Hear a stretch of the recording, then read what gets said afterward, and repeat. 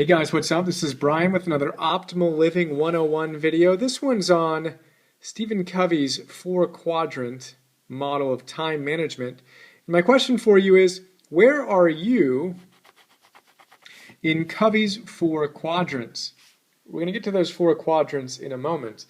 But first, 7 Habits of Highly Effective People, Stephen Covey, amazing guy. Habit number 1, be proactive. Not reactive, become response-able, able to choose your response to any given situation. Very good habit. Number 2, begin with the end in mind. Once you take more control of your mind, you ask yourself, well, what do I want? What's my ideal outcome? Everything is created twice, he says, once in your imagination, then in reality. Then, when you've gotten clarity on what you want in your life, you've set effective goals, you exercise, hopefully, habit number 3, to put first things first. Covey wrote a whole book on this as well, in addition to the 7 habits, called First Things First. We're going to talk about that today. Now, Goethe tells us things which matter most must never be at the mercy of things that matter least. We've got to pay attention to what our priorities are. Then we've got to remember to put first things first. Now, Stephen Covey, brilliant guy, came up with a handy-dandy 4-quadrant model.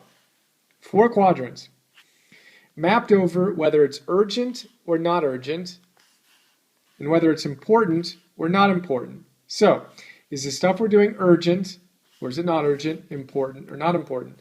Quadrant number 1, it's urgent and it's important. These are basically fire drills, deadline after deadline. It's urgent and it's important. It's got to get done.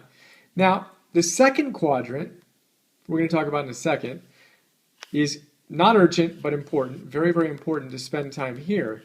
The third quadrant is urgent and not important. It's urgent, not important. These are interruptions that happen throughout our days, right? Maybe it's email that we're getting or someone stepping into our office. If we exclusively focus in quadrant 1, urgent and important, we're in fire drill mode, deadlines, we're going to have burnout. Now, if we're in quadrant 3, we're constantly getting interrupted, constantly distracting ourselves with urgent, not that important emails, for example. We're in short-term focus. Not very fun. Now, quadrant number 4 is not urgent and not important. Not urgent, not important, not a good place to play. That is called time-wasting activity. That leads to the dreaded eek sauce, and you're going to get fired, and you're probably depressed if you're spending a lot of time in quadrant 4. This stuff isn't urgent, it's not important. For me, it's, oops, just checked ESPN for the 1,000th time today. Not quite that many, but you get the idea. Or Google News, or email, or whatever, right? Time wasters. Now what we want to do is we want to identify when we spend time here, and we want to see if we can shift it to quadrant 2. Quadrant 2 is where it's at. Not urgent, like the fire drill, but it is important. Not urgent, but important. What's that like? Well, that's like meditation and exercise and time with your family and walking and reading, and insert your favorite top 10 or 25 quadrant 2 activities here. That, when we spend enough time in quadrant 2, we tend to get the right balance. We've restored ourselves, we're coming from a healthy place, and we're experiencing more levels of happiness. Really powerful stuff. Stephen Covey's 7th habit is sharpening the saw. And he talks about this guy who's in a forest sawing down a tree. Right? He's sawing and he's sawing and he's sawing and he's sawing and he's sawing. This other guy's watching him and he's like, hey, I think you might want to sharpen that saw. And the guy looks at him and says, I'm way too busy to take the time to sharpen this saw. Now, obviously, he was using a dull blade, and it wasn't very effective. If we're spending all of our time here, we tend to get burned out, and then we distract ourselves here in time-wasting activities. And we eat poorly, the sugar and the salt and all those things become more appealing. So what we want to do is invest more energy into quadrant number 2. That's sharpening the saw and building a chainsaw.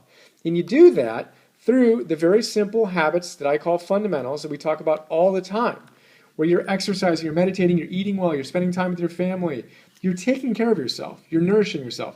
Now, what I recommend you do and what I do is I identify these time-wasting quadrant 4 activities. Make a list. What are your top few things? I mentioned mine, checking the news again, checking email all the time, or ESPN or whatever. Identify these and notice when you either want to go into this or you are in it, and see if you can step back and then shift to a quadrant 2 activity. It's a really fun game. You're wasting time in quadrant 4. Shift into quadrant 2. Make that a habit. Become more aware when you're here and see if you can shift there. That is a quick look at Stephen Covey's handy dandy 4-quadrant model. Where are you in Covey's 4 quadrants? Where do you find yourself spending time? What did you get out of this video that you can apply to your life starting now? I hope you got something meaningful, and look forward to sharing more with you soon. Remember, be proactive, begin with the end in mind, put first things first. Things which matter most must never be at the mercy of things which matter least. Rock this model, whatever else you use. We're going to talk a lot more about effective action steps. I'm preparing for my action class. Now that we've set some meaningful goals, and I'll keep on sharing videos like this on taking effective action to help you create awesome success in 2013. More soon. I'll put a link below to the classes and all that good stuff. Have another awesome day. See ya.